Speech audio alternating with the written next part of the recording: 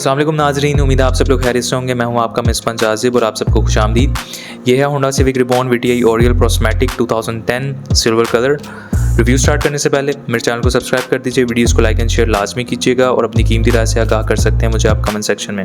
Honda Civic reborn 2005 के and में world wide launch की गई थी और 2011 तक ये इंटरनेशनली मिलती रही है, जबकि पाकिस्तान के अंदर ये गाड़ी 2012 तक आती रही है। पाकिस्तान के अंदर इस गाड़ी के आपको 4 वेरिएंट्स मिलते थे और इनको इंटरनेशनली FD1 भी कहा जाता है। इन 4 वेरिएंट्स के अंदर आपको 2 मैनुअल ट्रांसमिशन के साथ मिलते थे और 2 आपको ऑटोमेटिक ट्रांसमिशन के साथ मिलते थे। मैनुअल ट्रांसमिशन के अंदर सबसे पहले आपका सिंपल VTI 1.8, उसके बाद एक VTI ओरियल 1.8 था जो कि आपको सनरूफ के साथ मिलता था। इसके बाद ऑटोमेटिक के अंदर आपको VTI प्रोस्मैटिक और VTI ओरियल प्रोस्मैटिक था जो कि आपको सनरूफ के साथ मिलता था। और पाकिस्तान में आपको ये सारे वेरिएंट्स 1.8 लीटर इंजन के साथ मिलते थे। इसके अलावा इसमें एक इंटरनेशनल वेरिएंट भी था जो कि FD2 है, 2000 सीसी इंजन के साथ मिलता था। होंडा सिविक रिबॉर्न सिविक की 8th जनरेशन है और ओवरऑल इस गाड़ी का डिज़ाइन कम्प्लीटली एक रेवोल्यूशनरी डिज़ाइन था और किसी भी कन्वेंशनल गाड़ी से उस टाइम पर इसका डिज़ाइन टोटली फ्यूचरिस्टिक था। इस गाड़ी को जैपनीज़ ने दिल से डिज़ाइन किया है और अगर आप इस गाड़ी का एक्सटीरियर देखते हैं, इसकी फ्रंट से लुक देखें आप, इसकी लाइट्स वगैरह, इसका बम्पर का स्टाइल, इसका हुड, फिर इसकी हुड और विंडशील्ड का जो एरिया वो काफ़ी स्लोपी सा है और ओवरऑल इसका जो एक्सटीरियर है, इस गाड़ी के एक्सटीरियर का ओवरऑल स्ट्रक्चर काफ़ी ज़्यादा उसके जो एरोडायनामिक्स हैं उसके ऊपर बहुत ज़्यादा फोकस किया गया है और इस गाड़ी को प्रॉपर एक स्पोर्टी फील देने की कोशिश की गई है। और इसके साथ साथ इस गाड़ी की जो आप लुक्स देखते हैं ये आपको स्पोर्टी प्लस एलिगेंट लुक्स इस गाड़ी की मिलती हैं। इसके साथ इस गाड़ी के अगर आप रेयर के ऊपर आते हैं सो इस गाड़ी की रेयर लाइट्स भी बहुत ज़्यादा एलिगेंट हैं, बहुत ज़्यादा अट्रैक्टिव हैं। स्पेशली अगर आप इनको रात के टाइम देखते हैं तो ये आपको कंप्लीट एक स्पोर्टी फील देती हैं।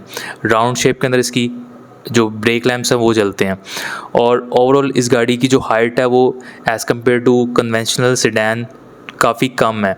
सो ओवरऑल इस गाड़ी का एक्सटीरियर जो है वो आपको एक सेडान के साथ साथ आपको एक स्पोर्ट्स कार की जो फील है वो भी देता है। इस गाड़ी के अंदर होंडा के 15 इंचेस के अलॉय व्हील्स मिलते हैं जो कि रिकमेंडेड हैं और अगर आप इससे बड़े टायर साइज़ या बड़े रिम्स के ऊपर जाते हैं तो वो इस गाड़ी के जो सस्पेंशंस हैं उसके लिए बुरे साबित हो सकते हैं। अलबत्ता इस गाड़ी के जो सस्पेंशंस हैं उसकी मेंटेनेंस काफ़ी ज़्यादा एक्सपेंसिव है। ये गाड़ी VTI ओरियल प्रोस्मैटिक है तो इस गाड़ी के अंदर आपको सनरूफ भी मिल जाता है और अपने टाइम पर इस गाड़ी के अंदर सनरूफ का भी एक शशका होता था। इसके साथ आपको इस गाड़ी में बॉडी एम्बेडेड साइड स्कर्ट्स भी मिल जाती हैं जो कि इस गाड़ी के एरोडायनामिक्स को मज़ीद इम्प्रूव करती हैं।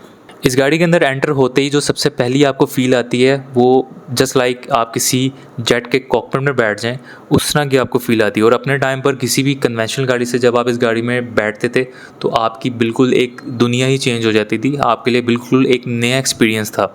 और उसका रीज़न यही कि ये गाड़ी एक कंप्लीट एक रेवोल्यूशनरी डिज़ाइन था और किसी भी कन्वेंशनल उस टाइम पे जो भी आप सेडान देखें उससे बिल्कुल अलग स्टैंडर्ड, अलग लेवल की ये गाड़ी थी। और जैपनीज़ ने इस गाड़ी को दिल से डिज़ाइन किया था और पूरा इस गाड़ी के ऊपर अटेंशन टू डिटेल दी गई थी। इसके इंटीरियर, एक्सटीरियर, इवन के इंटीरियर के हर पार्ट के ऊपर आप देखें प्रॉपर फिनिशिंग आपको मिलती है हर चीज़ के ऊपर। सो इस गाड़ी के स्टीयरिंग व्हील अगर आप देखें तो काफ़ी छोटे साइज़ का स्टीयरिंग व्हील है जस्ट लाइक स्पोर्ट्स कार्स और इसकी जो लो राइडिंग पोजीशन है इस गाड़ी की, सो एक कंप्लीट आपको इस गाड़ी के अंदर एक स्पोर्ट्स कार वाली फील भी आपको इसमें मिलती है। और ये गाड़ी अपने टाइम पर पहली गाड़ी थी और मेरे ख्याल से कहना गलत नहीं होगा कि ये वाहिद गाड़ी पहली ऐसी गाड़ी थी पाकिस्तान के अंदर जिसने एक हेड अप डिस्प्ले का कॉन्सेप्ट पाकिस्तान के अंदर इंट्रोड्यूस किया था। इस गाड़ी की सीट्स बहुत ज़्यादा कंफर्टेबल हैं, आपको बकेट स्टाइल सीट्स मिलती हैं और इवन के इसका जो आर्म रेस्ट है ये भी स्लाइडिंग है और इसको आप एडजस्ट कर सकते हैं। इसके साथ साथ इसकी जो रेयर सीट्स हैं वो भी आपको प्रॉपर बकेट स्टाइल आपको सीट्स मिलती हैं और उसमें आपको इस वेरिएंट के अंदर आर्म रेस्ट भी दिया गया विद कप होल्डर्स। इसके साथ आपको इस गाड़ी के अंदर सेंट्रल लॉकिंग, पावर विंडोज़, उसके साथ साथ पावर एडजस्टेड मिरर्स मिल जाते हैं लेकिन रिट्रैक्टेबल नहीं मिलते। इसके साथ साथ आपको डुअल एयरबैग्स भी मिल जाते हैं। इस गाड़ी की बिल्ड क्वालिटी बहुत ज़्यादा सॉलिड है और उसका सबसे बड़ा रीज़न है कि इस गाड़ी की प्रोडक्शन ग्लोबल रिसेशन से पहले की गई थी, जिसके बाद जितनी भी इंडस्ट्रीज़ हैं उनको चाइना में शिफ्ट किया गया और उसके बाद से अब तक जो गाड़ियों की बिल्ड क्वालिटी है वो काफ़ी ज़्यादा डाउनग्रेड होती गई है। इवन के आप इस गाड़ी को सिविक की 10th या 11 जनरेशन बिल्कुल लेटेस्ट, उसके साथ भी अगर आप इसकी बिल्ड क्वालिटी का कंपैरिजन करते हैं तो इस गाड़ी की बिल्ड क्वालिटी उनसे भी बहुत ज़्यादा सॉलिड है। इस गाड़ी की अगर आप परफॉर्मेंस के ऊपर आते हैं तो इसके अंदर आपको होंडा का आर सीरीज़ का 1.8 litre i-VTEC single overhead cam 16 valve engine मिलता है। और अगर आप इसके नंबर्स को देखते हैं तो ये 140 bhp और 175 Nm टॉर्क जनरेट करता है। सो ओवरऑल जो इसकी पावर आउटपुट है वो काफ़ी इंप्रेसिव है। इवन कि अगर आप इसको FD2 वेरिएंट जो कि 2000 cc है उसके साथ भी कंपेयर करें तो इतना ज़्यादा कोई इनकी आउटपुट में डिफरेंस नहीं है। इस गाड़ी की अगर आप फ्यूल एवरेज पे आते हैं और अगर मैं स्पेशली प्रोस्मेटिक ऑटोमेटिक ट्रांसमिशन को देखूं तो विद इन अ सिटी ये गाड़ी आपको तकरीबन 6-7 किलोमीटर मैक्सिमम अगर आप इसको बहुत प्यार से भी चलाएं। अदरवाइज़ अगर आप इसको लॉन्ग रूट्स पे लेकर जाते हैं हाईवेज़ के ऊपर तो ये गाड़ी हाईवेज़ के ऊपर ज़्यादा बेहतर परफॉर्म करती है एज़ कम्पेयर टू इंटरसिटी। और ये हाईवेज़ के ऊपर आपको तकरीबन 14-15 या मैक्सिमम 16 तक भी एवरेज दे सकती है विद अ लाइटर फुट। और मेरे ख्याल से अगर आपने इस गाड़ी की ड्राइव को एंजॉय करना है तो ये गाड़ी आपको हाईवेज़ या लॉन्ग रूट्स के ऊपर ज़्यादा आपको मज़ा देगी एज़ कम्पेयर टू इंटरसिटी। ये थी इस गाड़ी की सारी अच्छी बातें। अब हम कुछ बुरी बातें डिस्कस करते हैं अगर तो आप ये गाड़ी परचेज़ करते हैं, और वो कौन सी ऐसी बुरी बातें जो आपको इस गाड़ी के साथ बर्दाश्त करनी पड़ सकती हैं। इस गाड़ी के अंदर 3 बड़ी प्रॉब्लम्स हैं जो आपको फेस करनी पड़ती हैं। नंबर 1 इस गाड़ी का स्टीयरिंग व्हील। इस गाड़ी के अंदर जो पाकिस्तान में वेरिएंट आता था इसमें आपको हाइड्रोलिक पावर स्टीयरिंग व्हील दिया जाता था, जबकि इसके इंटरनेशनल वेरिएंट्स के अंदर आपको EPS स्टीयरिंग व्हील मिलता था।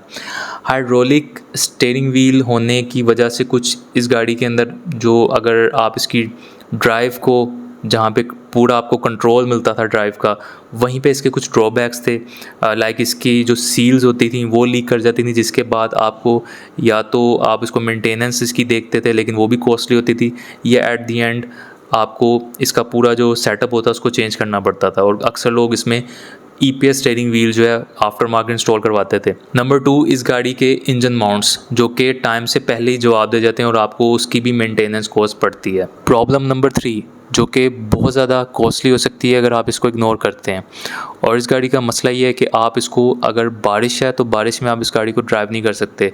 उसका रीज़न ये है कि इस गाड़ी का जो एयर इनटेक है उसकी पोजीशन बहुत ज़्यादा लो है, जिसकी वजह से अगर ये गाड़ी बारिश में आप चलाते हैं या पानी में जाती है तो ये ईज़िली पानी को सक कर सकता है, और जिसकी वजह से आपका पूरी गाड़ी का जो इंजन है वो डैमेज हो सकता है, जो कि बहुत ज़्यादा कॉस्टली है। अगर हम ओवरऑल इस गाड़ी की प्रॉब्लम्स को देखते हैं सो इन माई पॉइंट ऑफ व्यू ये गाड़ी शायद पाकिस्तान के एनवायरनमेंट के हिसाब से या हमारे रोड स्ट्रक्चर्स के हिसाब से डिज़ाइन नहीं है, क्योंकि ये जापानीज़ डिज़ाइनर्स ने इस गाड़ी को डिज़ाइन किया है। सो ये वहाँ के एनवायरनमेंट के हिसाब से इसको शायद डिज़ाइन किया गया है। सो अभी जो मैं ये गाड़ी रिव्यू कर रहा हूँ ये गाड़ी फॉर सेल है, और इस गाड़ी के जो ओनर है उनकी कॉन्टैक्ट डिटेल्स मैं स्क्रीन पर आपको शेयर कर दूंगा। सो आप अगर इस गाड़ी की प्राइस पूछना चाह रहे हो या इस गाड़ी को विज़िट करना चाह रहे हो या फर्दर कोई भी डिटेल्स आप जानना चाह रहे हो तो आप डायरेक्टली इसके ओनर से कॉन्टैक्ट कर सकते हैं। इसके साथ अगर आप इस गाड़ी का एक इन डेप्थ रिव्यू भी देखना चाह रहे हो तो ऑलरेडी मैं एक इन डेप्थ रिव्यू कर चुका हूँ, मेरे चैनल पर अपलोडेड है, उसका लिंक भी मैं आई बटन में या डिस्क्रिप्शन में शेयर कर दूँगा। सो आप वो रिव्यू भी देख सकते हैं। सो ओवरऑल हमारा ये आज का रिव्यू था और होप सो आपको पसंद आया हो। और जाने से पहले मेरे चैनल को सब्सक्राइब लाजमी कीजिएगा, वीडियोस को लाइक एंड शेयर करना मत भूलिएगा, अपनी कीमती राय का इजहार लाजमी कीजिए कमेंट सेक्शन में। जो भी आप सजेशन रिकमेंडेशन देना चाहते हैं आप मुझे लाजमी दीजिए, ताकि मज़ीद जो है कंटेंट जो मैं बना रहा हूँ उसमें ज़्यादा से ज़्यादा इम्प्रूवमेंट्स आ सकें।